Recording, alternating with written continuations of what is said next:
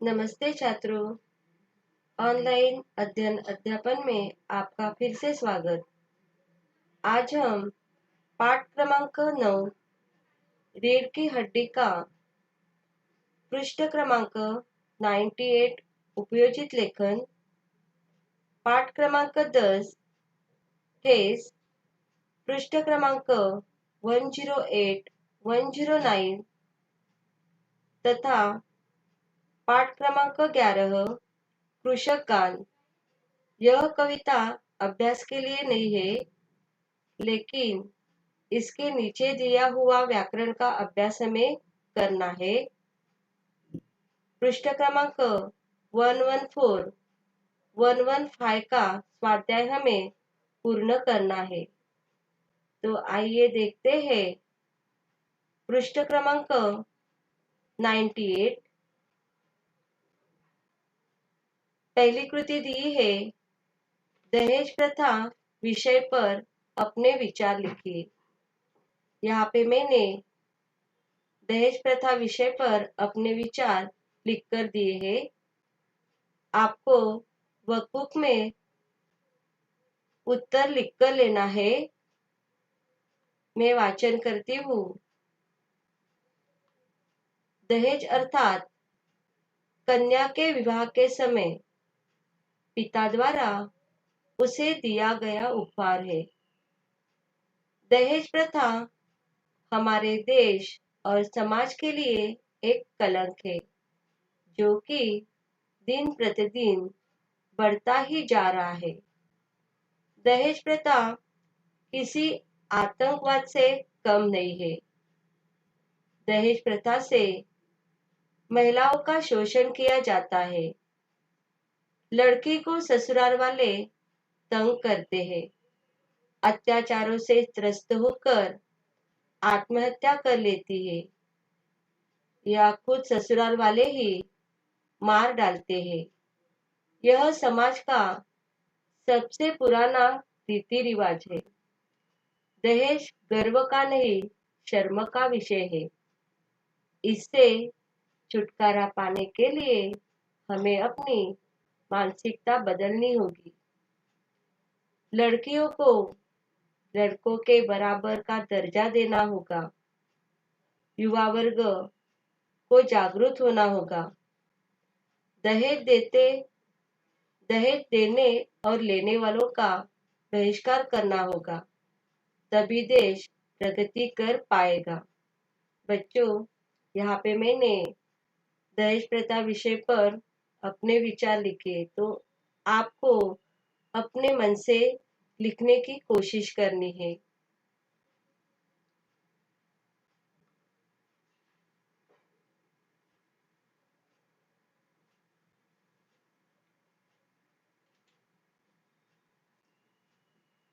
आगे की कृति है उपयोजित लेखन।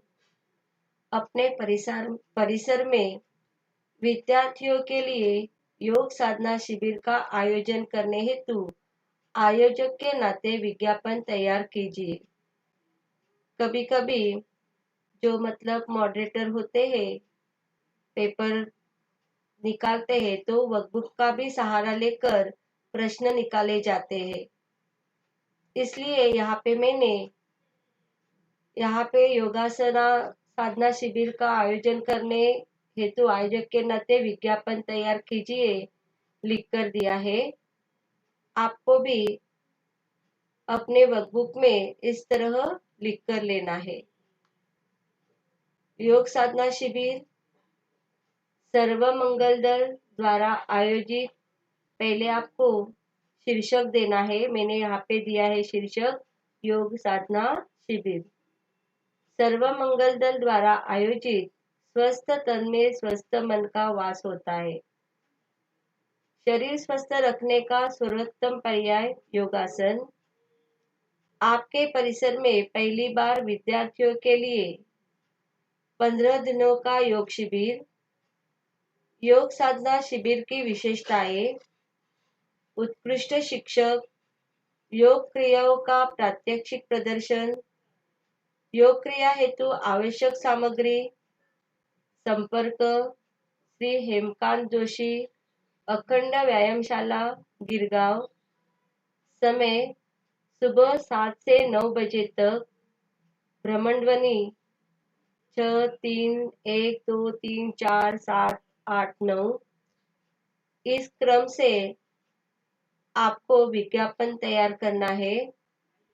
यदि आप एक बार लिखोगे तो आपको याद रहेगा कि किस क्रम से हमें विज्ञापन तैयार करना है। यहाँ पे क्या क्या सूचनाएं दी गई है। सूचनाओं के अनुसार आपको लिखना है योग साधना शिविर की विशेषता क्या है, संपर्क किससे करना है, समय यहाँ पे है और भ्रमण ध्वनि। तो इस क्रम से यदि आप विज्ञापन तैयार करोगे तो आपको 5 में से 4 अंक अवश्य मिलेंगे। और विज्ञापन तैयार करते समय आपके पास जो मतलब लिखने के लिए पेन लिया है उसका ही आपको उपयोग करना है। कलर पेन का उपयोग आपको करना नहीं है। पेंसिल का भी यहाँ पे आपको उपयोग नहीं करना है। सिर्फ पेन से ही आपको विज्ञापन तैयार करना है। तो ये सारी बातें आपको ध्यान में रखनी है।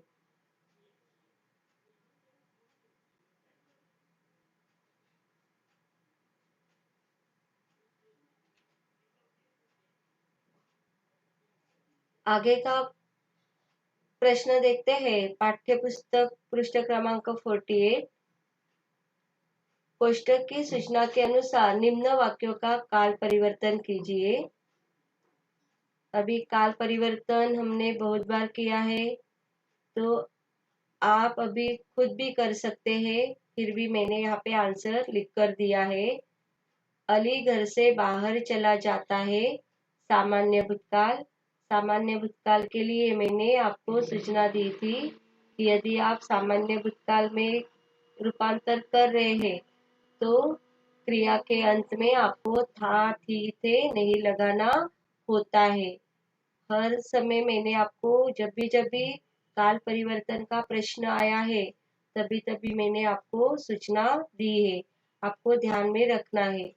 अली घर से बाहर चला जाता है, अली घर से बाहर चला गया।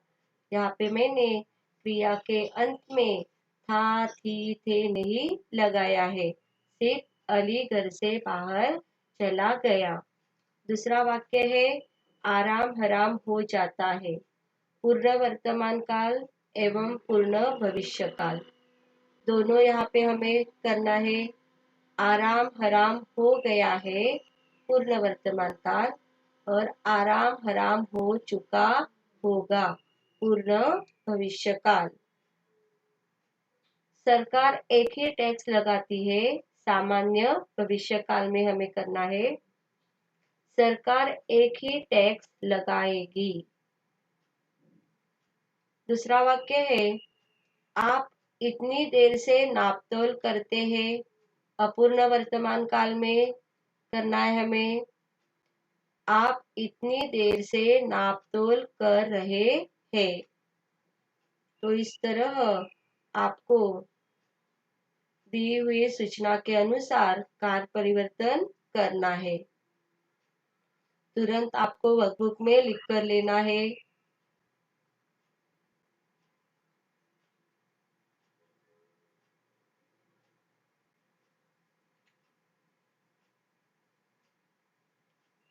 वे बाजार से नई पुस्तक खरीदते हैं। पूर्ण भूतकाल एवं अपूर्ण भविष्यकाल दोनों प्रकार में हमें लिखना है। पूर्ण भूतकाल में हम देखते हैं उन्होंने बाजार से नई पुस्तक खरीदी थी और वे बाजार से नई पुस्तक खरीदते रहेंगे। वे पुस्तक शांति से पढ़ते हैं, अपूर्ण भूतकाल। वाक्य हमें अपूर्ण भूतकाल में करना है। वे पुस्तक शांति से पढ़ रहे थे।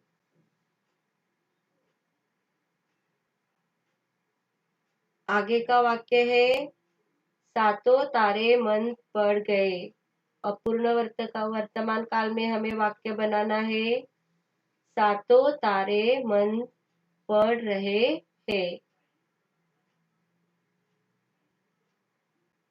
आगे का वाक्य, मैंने खिड़की से गर्दन निकालकर झिड़की के स्वर में कहा। अपूर्ण भूतकाल में वाक्य करना है हमें। कैसे हो जाएगा अपूर्ण भूतकाल में वाक्य? मैं खिड़की से गर्दन निकालकर कह रहा था।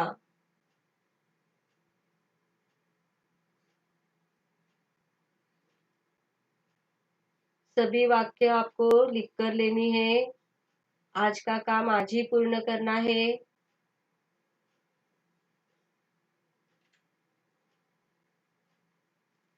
नीचे दिए गए वाक्य का काल पहचान कर निर्देशानुसार काल परिवर्तन कीजिए। सामान्य वर्तमान काल, सामान्य भविष्य काल और अपूर्ण भविष्य काल में आपको परिवर्तन करना है। मानू को ससुराल पहुंचाने मैं जा रहा था। तो पहले वाक्य में सामान्य वर्तमान काल में करना है। मानू को ससुराल पहुंचाने मैं ही जाता हूँ। सामान्य भविष्य काल, मानू को ससुराल पहुंचाने मैं ही जाऊंगा। अपूर्ण भविष्य काल, मानू को ससुराल पहुंचाने मैं ही जाता रहूंगा। तो इस तरह 3 प्रकार में हमने एक वाक्य को परिवर्तन किया है।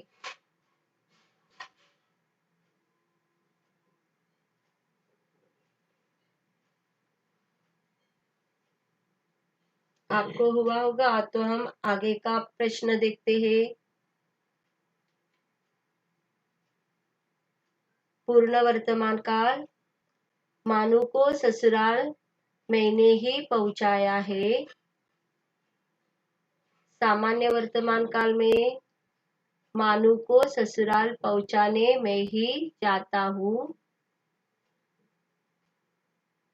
अपूर्ण वर्तमान काल, मानू को ससुराल पहुंचाने मैं ही जा रहा हूँ। पूर्ण भूतकाल में मानू को ससुराल पहुंचाने मैं ही गया था।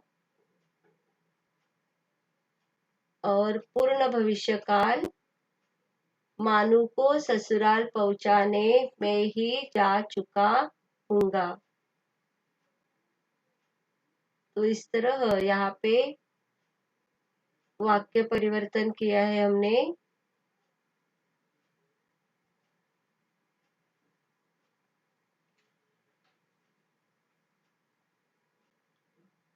उपक्रम कृति योजना, लोक कलाओं के नामों की सूची तैयार कीजिए। यहाँ पे जो लोक कला होते हैं उसके नामों की सूची यहाँ पे तैयार की गई है।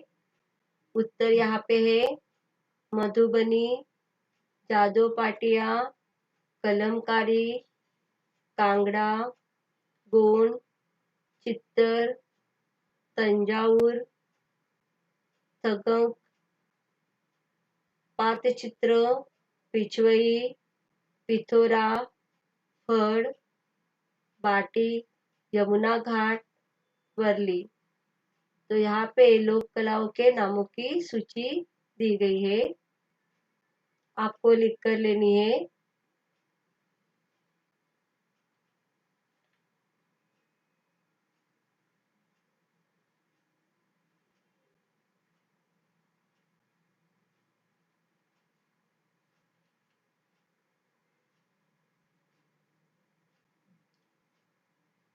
आगे का स्वमत है, देश की आत्मा गांवों में बसती है।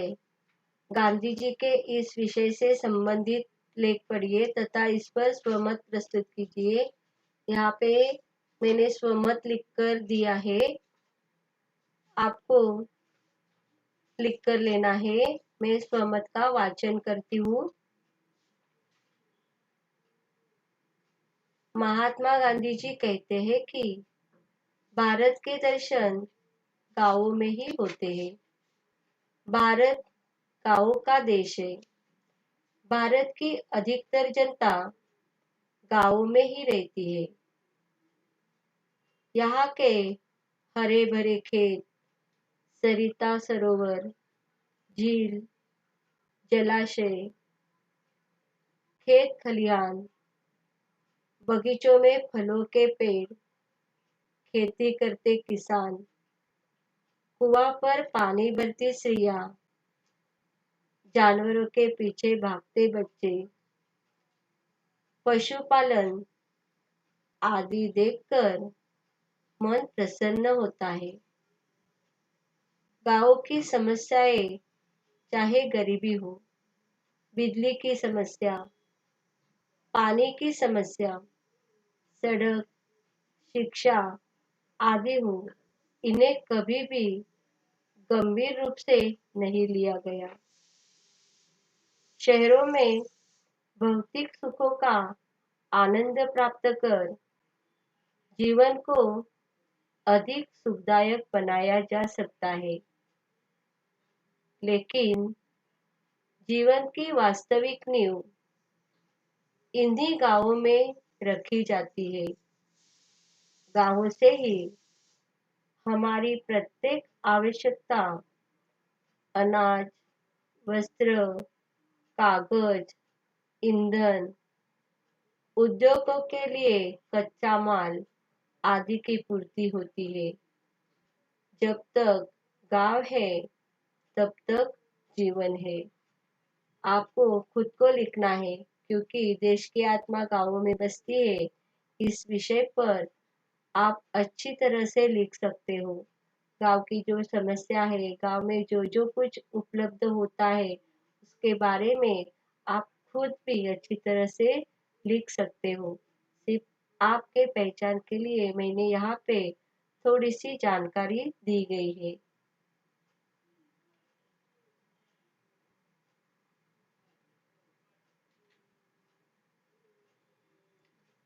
भाषा अध्ययन व्याकरण सूचनाओं के अनुसार कृतियां कीजिए। शब्द भेद, निम्नलिखित वाक्यों में अधोरेखांकित शब्दों के शब्द भेद पहचान कर लिखिए। हमें अपने देश पर अभिमान है। अभिमान भाववाचक संज्ञा है। भूकंप में घंटों मलबे के नीचे दबे रहकर भी बच्चा जीवित रहा। यहाँ पे अधोरेखित शब्द है जीवित और शब्द भेद है गुणवाचक विशेषण। दूसरा प्रश्न है अव्यय। निम्नलिखित अव्ययों का अपने वाक्यों में प्रयोग कीजिए। यहाँ पे अव्यय शब्द दिए गए हैं, बल्कि और तो। बल्कि शब्द का वाक्य में मैंने प्रयोग यहाँ पे किया है, आपको लिख कर लेना है। सिरचन को लोग पूछते ही नहीं थे, बल्कि उसकी खुशामद भी करते थे। दूसरा अव्यय शब्द है तो। वे तो आए और सो गए। यहाँ पे तो शब्द के नीचे मैंने अधोरेखित नहीं किया है। आपको तो अव्यय शब्द है, वहां पे आपको अधोरेखित करना है। वे तो आए और सो गए। इस तरह आपको सही वाक्य में अव्यय शब्द का प्रयोग करना है।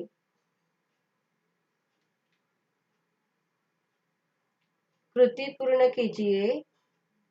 संधि शब्द, संधि विच्छेद और संधि भेद। यहाँ पे संधि विच्छेद करके दिया है, हमें संधि शब्द तैयार करना है। सम प्लस सार, तो संधि शब्द संसार बना।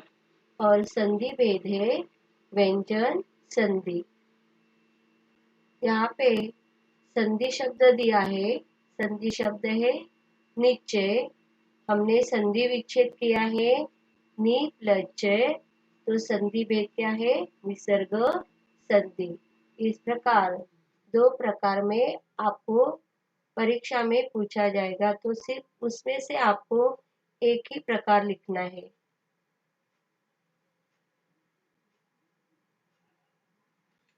आगे का प्रश्न है सहायक क्रिया।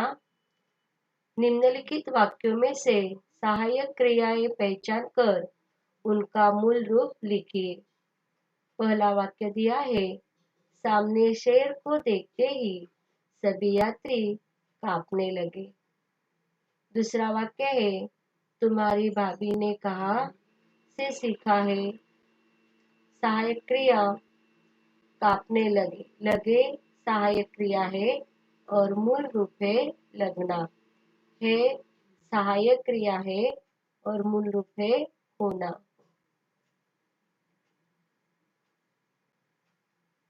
लिख कर लीजिए। आगे देखते हैं प्रेरणार्थक क्रिया। निम्नलिखित क्रियाओं के साथ प्रथम प्रेरणार्थक और द्वितीय प्रेरणार्थक रूप लिखिए।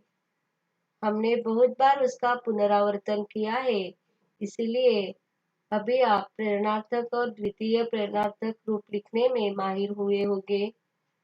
चलो लिखते हैं। क्रिया यहाँ पे दी गई है, चलना, चमकना और लिखना। चलना का प्रथम प्रेरणार्थक रूप चलाना और द्वितीय प्रेरणार्थक रूप है चलवाना। चमकना, चमकना, चमकना और चमकवाना।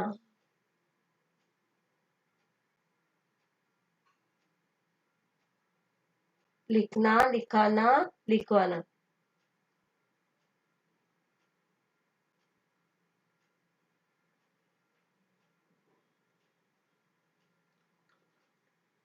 यहाँ पे चमकना, चमकाना और चमकवाना, वहाँ पे गलती से रह गया है, तो आपको वहाँ पे लिखना है चमकाना और चमकवाना। लिखना, लिखाना, लिखवाना। चमकाना, चमकवाना। निम्नलिखित मुहावरे के अर्थ लिखकर वाक्यों में प्रयोग कीजिए। चंपत होना का अर्थ है गायब होना। वाक्य भी लिखकर दिया है यहाँ पे। पुलिस के आते ही चोर चंपत हो गया। और जहाँ पे मुहावरे का उपयोग किया है वाक्य में, उसके नीचे अधोरेखित करना है। दूसरा मुहावरा है मन न लगना, इच्छा न होना। वाक्य है, मोहन का पढ़ाई में मन ही नहीं लग रहा था। वहां पे बुखार के कारण, मैंने वहां पे लिखा ही नहीं था। मोहन बुखार के कारण मोहन का पढ़ाई में मन ही नहीं लग रहा था। तो ये भी वाक्य आपको इस तरह लिखना है, बुखार के कारण मोहन का पढ़ाई में मन ही नहीं लग रहा था।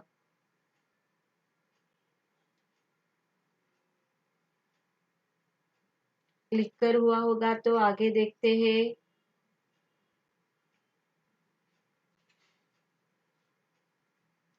अधोरेखांकित वाक्यांश के लिए कोष्टक में दिए गए उचित मुहावरे का चयन कर वाक्य फिर से लिखिए।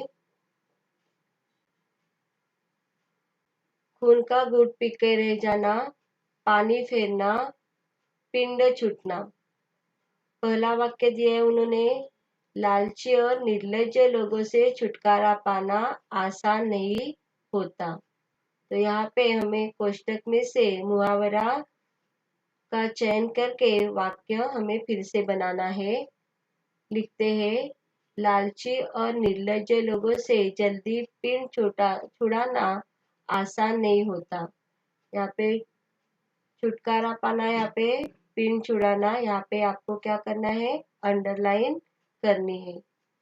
दूसरा वाक्य है, शिवाजी आगरे से भाग निकले, इसलिए औरंगजेब को अपना मन मानकर रह जाना पड़ा। वाक्य है, शिवाजी आगरे से भाग निकले, इसलिए औरंगजेब को अपना खून का घूंट पीकर रह जाना पड़ा। तो यहाँ पे खून का घूंट पीकर रह जाना पड़ा, इसके नीचे आपको अंडरलाइन करनी है।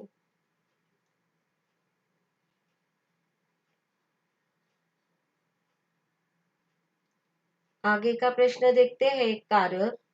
निम्नलिखित वाक्यों में प्रयुक्त कारक पहचान कर उनका भेद लिखिए। पहला वाक्य है, मानू फूट फूट कर रो रही थी। यहाँ पे मानू कर्ता कारक है। दूसरा वाक्य है, सिरचन ने जीभ को दांत से काट कर दोनों हाथ जोड़ दिए। दांत से करण कारक, यहाँ पे साधन है।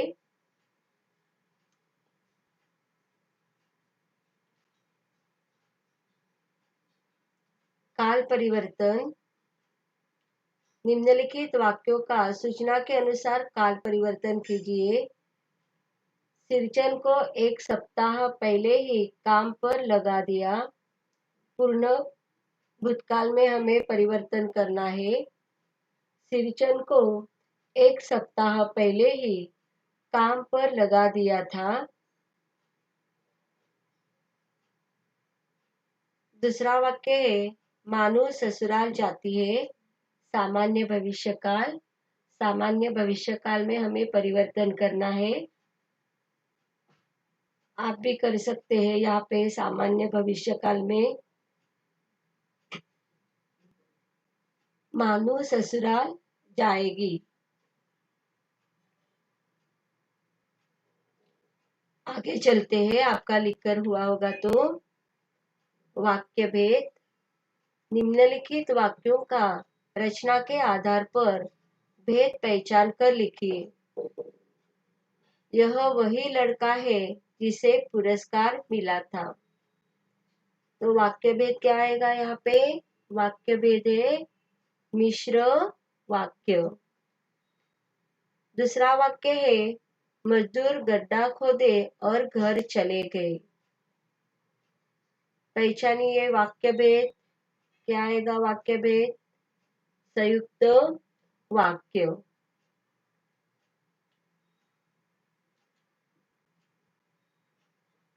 वाक्य शुद्धिकरण। निम्नलिखित वाक्यों को शुद्ध करके फिर से लिखिए। लोग गंगा नदी को पवित्र मानते हैं। यहाँ पे लोग गंगा नदी को पवित्र मानते हैं। तो पवित्र शब्द जो है वहां पे आपको अधोरेखित करना है। किसी जमाने में यह शहर बहुत आबाद है। शुद्ध करके मैंने यहाँ पे दिया है, किसी जमाने में यह शहर बहुत समृद्ध था। जमाने और समृद्ध दोनों शब्द के नीचे अधोरेखित करना है। उसी तरह पहले वाक्य में पवित्र और है, इसके नीचे आपको अधोरेखित करना है।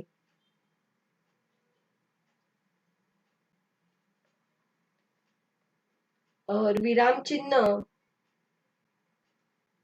प्रश्न 8 है विराम चिन्ह। निम्नलिखित वाक्यों में यथास्थान उचित विराम चिन्ह का प्रयोग करके वाक्य फिर से लिखिए। आपको होमवर्क के लिए है। उसी तरह निम्नलिखित वाक्यों का अर्थ के आधार पर दी गई सूचना के अनुसार परिवर्तन कीजिए। दूसरा प्रश्न है वहां पे, ये भी आपको होमवर्क के लिए दिया है। आपको दिया हुआ होमवर्क पूर्ण करके रखना है। जो भी आपको स्वाध्याय पूर्ण करने के लिए दिए गए हैं, सभी स्वाध्याय आपको वर्कबुक में पूर्ण करके रखने हैं। और आपको बहुत समय है, समय के अनुसार आपको हर रोज एक पाठ का वाचन करना है।